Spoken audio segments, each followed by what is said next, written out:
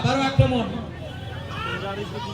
সেখান থেকে সতীর্থের উদ্দেশ্যে দেওয়ার প্রত্যয় ইউসুফ চমৎকার ভাবে বানিয়েছিলেন।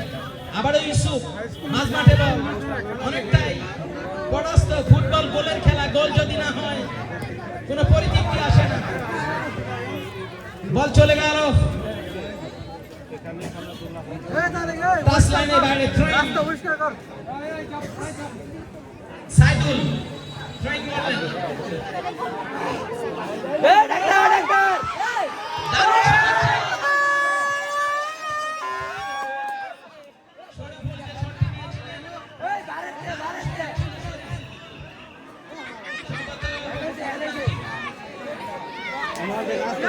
সরাসরি সম্প্রচার করছেন ভোরের চেতনা শরীফুল ইসলাম, ইউনিক প্রেস ক্লাবের সদস্য নাটক এবং সবুজ বাংলা রাব্বি হুসাইন খেলাটি তুলে ধরছেন। সবুজ বাংলা ফেসবুক পেজ থেকে খেলাটি উপভোগ করছেন।